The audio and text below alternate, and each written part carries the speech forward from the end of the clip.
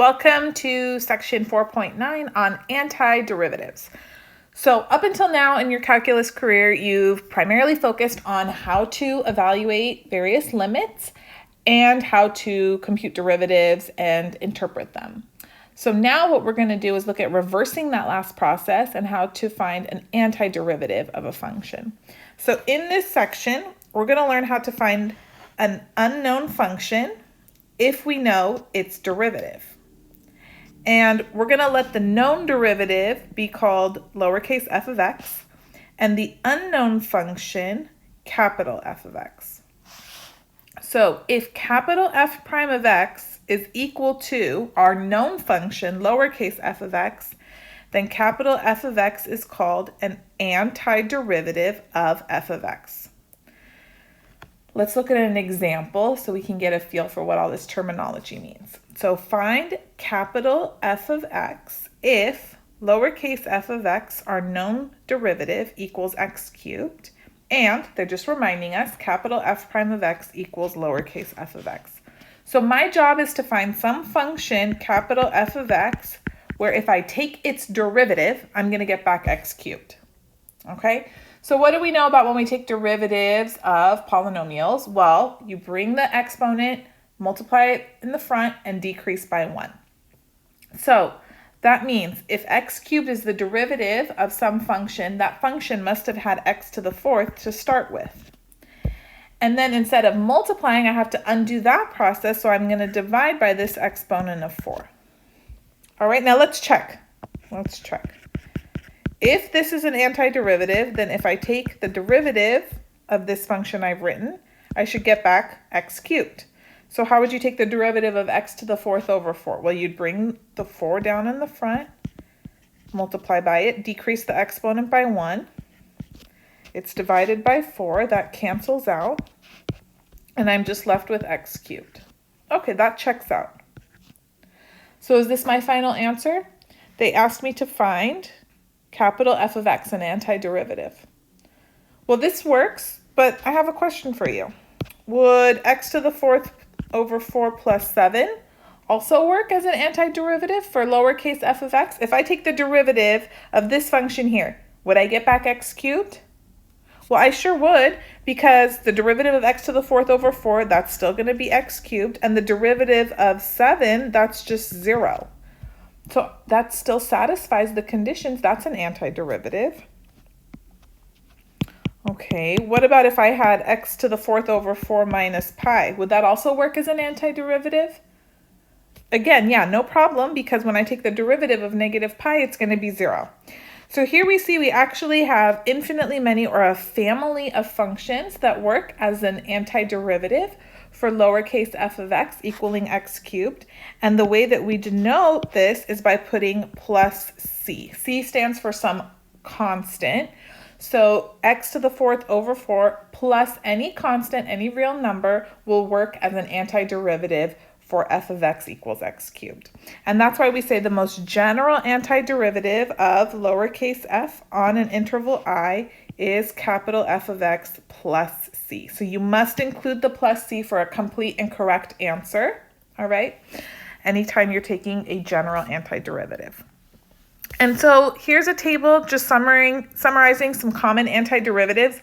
Really, this is nothing new, because if you learned all your derivatives and memorized them properly from the previous chapters, then now you're just reversing the process, right? So we looked at this example already here. If I have x raised to some power, as long as it's not raised to the negative first power, I just add 1 to the exponent, divide by the new exponent. Now this only works as long as x is not raised to the negative first, right? Because if you add 1 to negative 1, it's going to be 0, and we can't divide by 0. And so when we antidifferentiate 1 over x, remember, we studied before the derivative of ln of x is 1 over x. And you have to put absolute value now when you compute the antiderivative, because we can't guarantee that x was necessarily non-negative to begin with. So you have to add that absolute value when you take an antiderivative of 1 over x. Okay, don't forget that. Some antiderivatives to be careful about are the trig ones because the pluses and minuses are opposite of what you're used to maybe. So antiderivative of cosine x is positive sine x. Remember, when we take the derivative of sine, it's positive cosine. So when you go the other way, you don't need to add a negative. However, if you take the antiderivative of sine x, then that's going to be negative cosine x. Because if you take the derivative here, you're going to add another negative, and that's how you get back positive sine. So just be careful, okay? In the beginning, it might take you a little bit of time to make sure you don't mess that part up, but you'll get the hang of it in no time. All right, let's look at some examples. So find the most general antiderivative of lowercase f of x. So f of x here is 8x to the 9th minus 3x to the 6th plus 12x cubed. So I can just go ahead, term by term, and antidifferentiate. I'm going to call the antiderivative capital F of x. So I take 8x to the 9th. I'm going to add 1 to the exponent and then divide by the new exponent. So I'll have 8x to the 9 plus 1 divided by 9 plus 1. Minus 3 times x raised to the, now this is going to be 6 plus 1, divided by 6 plus 1. And then last term is going to be 12x to the 3 plus 1 divided by 3 plus 1. And don't forget your plus c. All right, then from here, we're just going to simplify a bit. So we have 8x to the 10th divided by 10 minus 3x to the 7th over 7 plus 12x to the 4th over 4 plus c. And so that leaves us with capital F of x equals, reducing 8 over 10, that's going to be 4/5 x to the 10th, minus 3/7 x to the 7th, plus 12 over 4 is 3, x to the 4th plus c. And this is our final answer, okay? Now I'm showing it step by step because this is just an introduction to the section, but if you're more comfortable, you don't have to put all the steps that I'm demonstrating here. All right, example 2. We have 5 minus 4x cubed plus 2x to the 6th, all divided by x to the 6th. So before I begin antidifferentiating, I want to rewrite it term by term and put the denominator under each of the terms in the numerator. So I'm going to rewrite this as 5x to the negative 6th minus 4. This is going to be x to the negative 3rd. And then 2x to the 6th divided by x to the 6th, that's just plus 2. So I rewrote f of x, that way I'm ready to go ahead and antidifferentiate. So capital F of x is going to equal, so I'm going to keep the 5 here. I'm going to add 1 to the exponent. So adding 1 to negative 6, now it's x to the negative 5th, and then I divide by that new exponent. Minus 4, x is going to be raised to the negative 2nd power, divide by that new exponent, plus, and then antiderivative of a constant, I'm just going to add an x to it. Technically, there's 2 times x to the 0, right, which you don't see. So increase that exponent by 1. Now you have x to the 1st. Also, just think to yourself, if I take the derivative of 2x, then I get back 2, right? When you have a constant times x, the derivative is just that constant. Also, don't forget your plus c. All right, and then one more step, and then everything will be ready to go. Let's clean up. So f of x equals 5 over negative 5, that's negative 1. X to the negative 5th, so I'll put positive x to the 5th in the denominator. Those two negatives are going to cancel, so I have plus 2 over x squared plus 2x plus c. All right, looks good so far. Moving on. Next function, f of x equals sine of x plus 2 sinh x, or hyperbolic sine of x. Okay, so capital F of x, we don't need to do any setup, we just need to think. So antiderivative of sine x. Antiderivative is going to be negative cosine x. Remember, when I take the derivative of cosine x, I get negative sine x. So if I need it to come out to be positive sine x, then I need to add an extra negative to my antiderivative. And then what is the antiderivative of hyperbolic sine? Do you remember? It's just hyperbolic cosine. There's no negatives with these ones. So keep the 2, keep the constant. So 2 cosh x, or 2 hyperbolic cosine of x, and then don't forget plus c. All right, we can box this one now. Good, moving on. Example 4, f of x equals 2 plus x squared over 1 plus x squared. So we don't have like a reverse quotient rule or anything like that yet, so we can't do anything fancy. If you look back, the last time we had some sort of quotient was in example 2. Do you see? But that time we only had one term in the denominator, so that's why I could split it nicely under each of the terms in the numerator. Here that won't work because I have 1 plus x squared. So in such a scenario, what we're going to need to do is some long division. So I'm going to take the denominator, which is going to be the divisor, x squared plus 1, and then divide it into the numerator. Always write it in descending powers when you do long division, which is x squared plus 2. All right, so x squared into x squared, that goes once. I have x squared plus 1.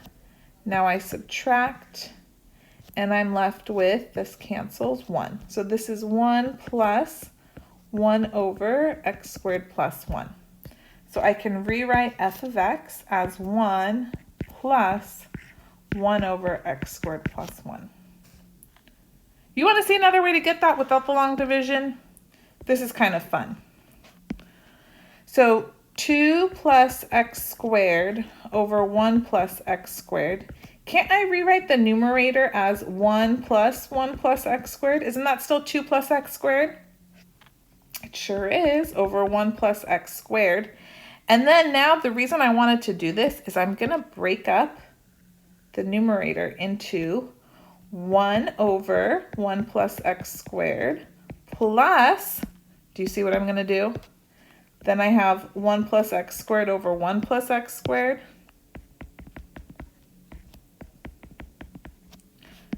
And then we get 1 over 1 plus x squared plus 1. And that's the same thing that we got doing long division. Okay, I just think it's sometimes more fun to split up constants in a clever way. Up to you, whatever you like. Or this method. All right, anyways, now we're at a point where we can antidifferentiate. So the antiderivative, capital F of x, is going to be, well, what's the antiderivative of 1? What do I have to take the derivative of to get 1? Just x. Plus, ooh, do you recognize this? This 1 over x squared plus 1? That's the derivative of tan inverse of x. So the antiderivative is tan inverse of x, or arctan of x, plus c. All right. So again, yeah, if you didn't memorize your derivatives well, especially for the inverse trig functions from earlier in the semester, then you might struggle here, and now's the time to make sure you go memorize them.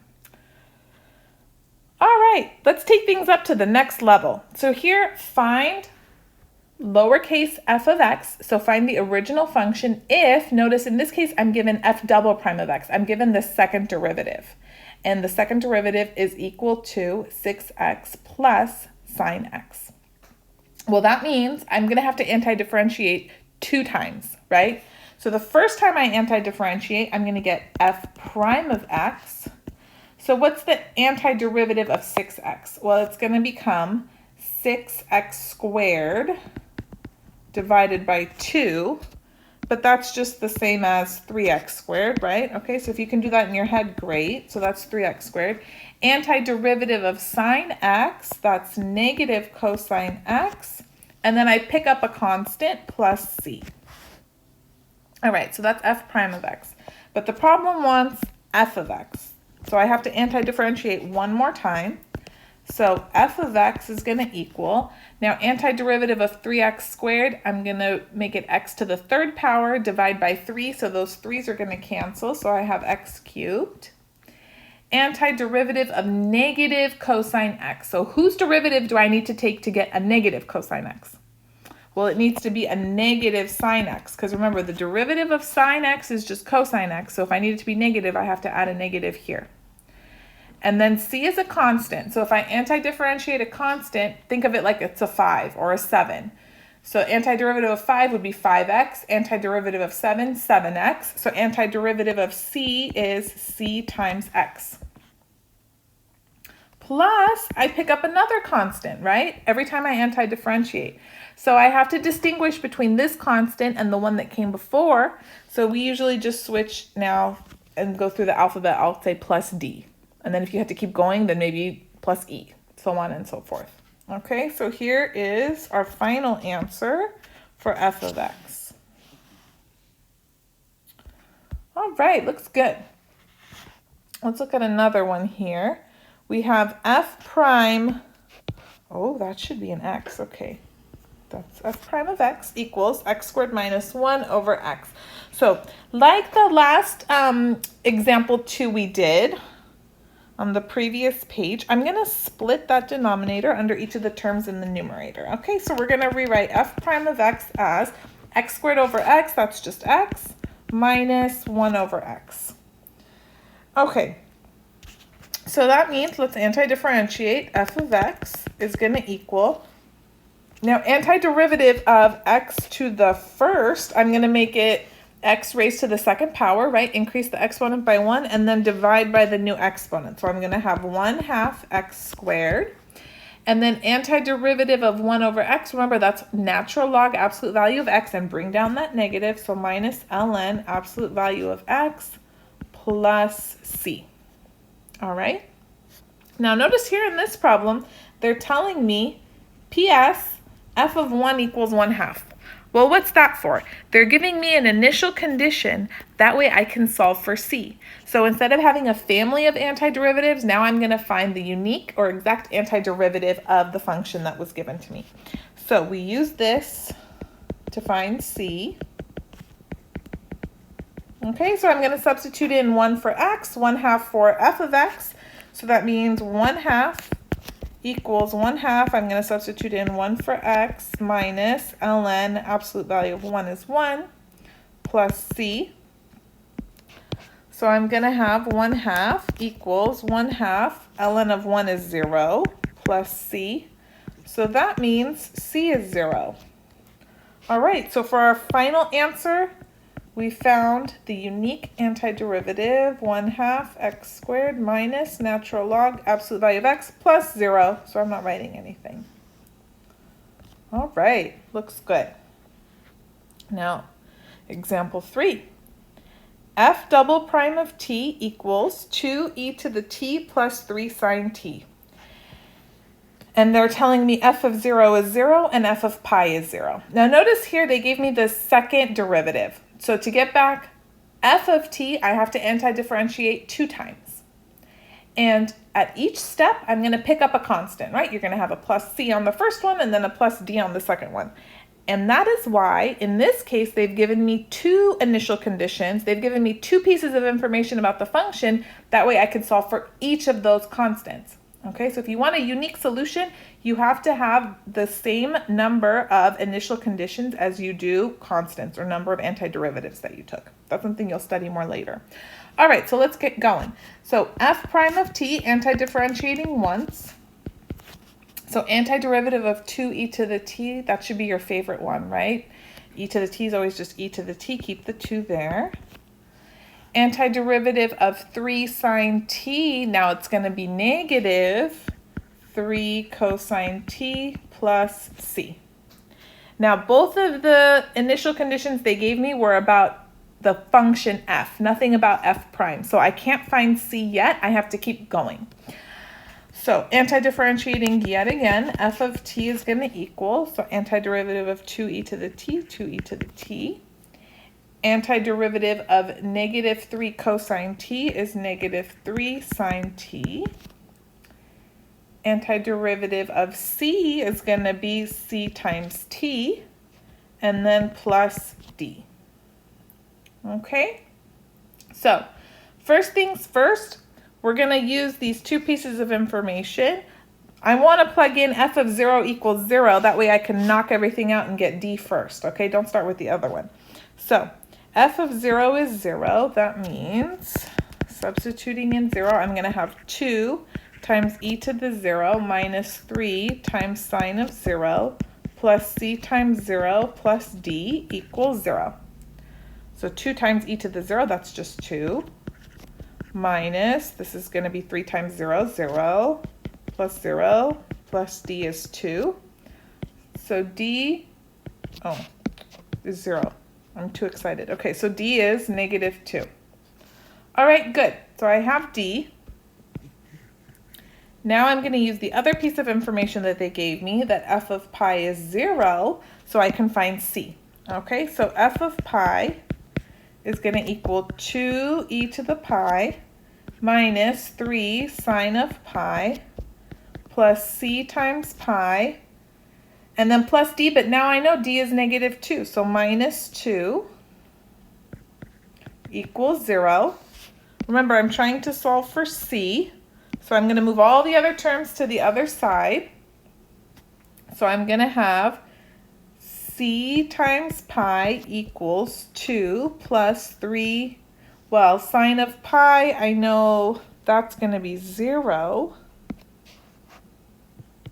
So this is gone, actually. Goodbye.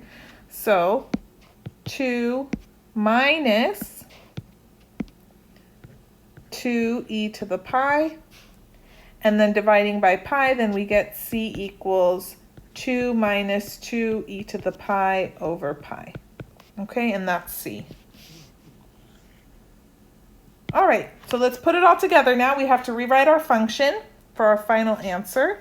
So f of t is equal to 2e to the t minus 3 sine t plus c times t, so 2 minus 2e to the pi over pi times t minus 2. Ooh, okay, let's box that. Nicely done. Okay, moving on, we're going to revisit the idea of particle motion, which we've studied before. So if you'll recall, if we have the motion, we're describing the motion of some particle, some object moving in a straight line. So it only moves in one dimension, either back and forth, up and down, whatever, along the s-axis. Then s of t, that's the position function. That's an antiderivative of v of t, the velocity function. Remember, in order to compute v of t, we would take the derivative of s of t. So s of t is an antiderivative of the velocity function. And v of t, the velocity function, is an antiderivative of the acceleration function, a of t. All right? So we're going to use this idea now for the following example. So find the position of the particle. So they want s, right? If they give me a of t is equal to t squared minus 4t plus 6, and then they've given me two pieces of information, two initial conditions. That's because I'm going to have to antidifferentiate twice in order to get the position function, right? So s prime of t is v of t, and v prime of t, which is s double prime of t, is a of t. So notice they've given me a of t, which is s double prime, so I need to antidifferentiate 2 times, okay? They want s of t. All right, so let's get going. Here's a of t. It's a nice little polynomial. So v of t, antidifferentiating once. So antiderivative of t squared, it's going to become t cubed over 3, so 1/3 t cubed, minus 4t. So that's going to become t squared, divide by 2. Now it's negative 2t squared. And then plus 6t, just add a t onto a constant, and then plus c. So that's the velocity function. Am I done? No, one more time, right? I need the position function. So s of t is going to equal, now I'm adding 1 to this exponent. Now it's going to become t to the 4th, and I have to divide by 4. So I have 1/12 t to the 4th minus. Then this exponent here is going to become a 3, and then I have to divide by that 3. So 2/3 t cubed plus, and then now I'm going to have t squared and divide by 2, so 3t squared plus antiderivative of c is just c times t plus d. All right, here's our position function. all I have to do now is figure out what C and D are. And now is when I get to use the initial conditions they gave me. So first, S of 0 is 0. Let's use that one. So S of 0 is going to equal, well, all the terms with T are just going to be 0, right? Plus D. 0 plus D, which is 0. So that means D is 0. Okay, that was easy. And then S of 1, substituting 1 in for T into here, I'm going to have 1/12 times 1 minus 2/3 times 1 plus 3 times 1 plus C times 1 plus we know D is 0, and this all equals 20. Okay, so 1/12 minus 2/3, that's minus 8 over 12, plus 3, so 36 over 12. C comes out to be 211 over 12. All right, now we're going to put everything together. So S of T equals 1/12 T to the 4th minus 2/3 T cubed plus 3T squared plus 211 over 12 times T, and then remember D was 0. So we are done. Here's the position function for the particle. All right, nice job. Moving on, our last example. Lowercase g is used to denote acceleration for an object near the surface of the Earth. So it's either equal to 9.8 meters per second squared or 32 feet per second squared, depending on what unit system you're working in. And notice this acceleration is constant, okay? So sometimes when we were working with particle motion, our acceleration was a function of t, but in this case, when we're talking about free falling for objects near the surface of the Earth, then it's just going to be a constant. All right, so we're going to use this fact for the following example. So a ball is thrown upward with a speed of 50 feet per second from a cliff 430 feet above the ground. Find its height above the ground t seconds later. When does it reach maximum height? When does it hit the ground? Okay, so first let's notice what they're asking us. Find its height above the ground t seconds later. So its height, we were just talking about particle motion, that's going to be basically the position, right? S of t. And then when does it reach its max height? When does it hit the ground? We'll worry about that part later. So here's what's going on. Let's just draw a picture so we can kind of get a feel for the situation. So here's this building. Somebody, let's say you have this ball and you're throwing it upwards, okay? But eventually it's going to fall. You know what? That looks like 2 dimensions. You're throwing it up and then it's going to come straight back down. All right, so imagine it's only really traveling in 1 dimension for the context of our purposes. Okay, it's thrown upward with the speed of 50 feet per second. Look at the units there. Those are velocity units, right? And that speed that it's thrown with is its velocity when time t is 0. That's the initial velocity. So I know v of 0 is equal to 50. And this cliff here is 430 feet above the ground. Okay, that's my initial height. That's my initial position. So S of 0 equals 430. So find its height above the ground t seconds later. So they want the position function. Well, I'm assuming we're on Earth. And so I know the acceleration due to gravity on the Earth is 32 feet per second squared. That's my constant acceleration. So A of t is going to equal, now this direction of gravity is negative, right? It's going to fall in the negative direction, so minus 32. That means I can find v of t by antidifferentiating. So v of t is equal to negative 32t plus c. Okay, now notice at this step, I can already find c because they gave me an initial condition and told me v of 0 equals 50. So I'm going to do that before I continue antidifferentiating. So since I know v of 0 is 50, then negative 32 times 0 plus c equals 50. So that tells me c is equal to 50. So now I know for sure v of t equals negative 32t plus 50. Okay? Do it this way, that way it's not harder to solve for later on. Now I need the position function, so I'm going to antidifferentiate one more time. So s of t is going to equal, increasing the exponent by 1, it's going to be t squared divided by 2, so negative 16t squared plus, antiderivative of 50 is 50t plus, now don't write c just because there's no c there. You want to make sure your problem is well defined. So plus d. Still switch the representation of the constant. You can either do subscripts if you want to do like c sub 2, c sub 3, whatever. All right, now from here to solve for d, I'm going to use the fact that s of 0 is 430. So s of 0 is going to equal negative 16 times 0 plus 50 times 0 plus d is 430. So that means d equals 430. Great. So now s of t, I found it. It's negative 16t squared plus 50t plus 430. Nice.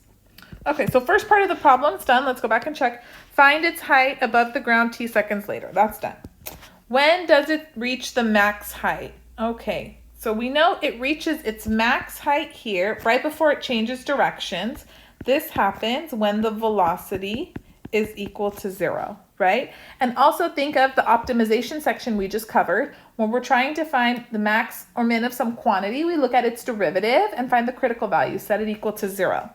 So you can either think of it in either of those contexts. The max height comes from when v of t is 0, or by setting the derivative s prime of t equal to 0 and getting critical values. Either way, you're going to set negative 32t plus 50 equal to 0, right? Since I have v of t right here already, set up to go. And solving for t equals 50 over 32. So let's reduce that. That's going to be 25 over 16. My units of time in this problem are seconds. Okay, don't forget that. Nice. So second thing is done. When does it reach its max height? And then when does it hit the ground? So it hits the ground when the height is 0, which would mean s of t equals 0, right? The position or the height would be 0. So hits the ground when s of t equals 0, which would mean I'm going to set s of t, which is negative 16t squared plus 50t plus 430 equal to 0. So we're going to use the quadratic formula for this guy. Never use a negative leading coefficient for the quadratic formula. So we're going to switch it, multiply everything by a negative 1. And then we'll have t equals opposite of b plus or minus square root b squared. So negative 50 squared minus 4 times 16 times negative 430 all over 2 times 16. And then you can go ahead, substitute that in your calculator, and we're not going to use a negative value. So the only solution or value that we get is t is approximately 6.98 seconds. All right, so that concludes the lesson for section 4.9 as well as this chapter. So stay tuned as we begin chapter 5 shortly.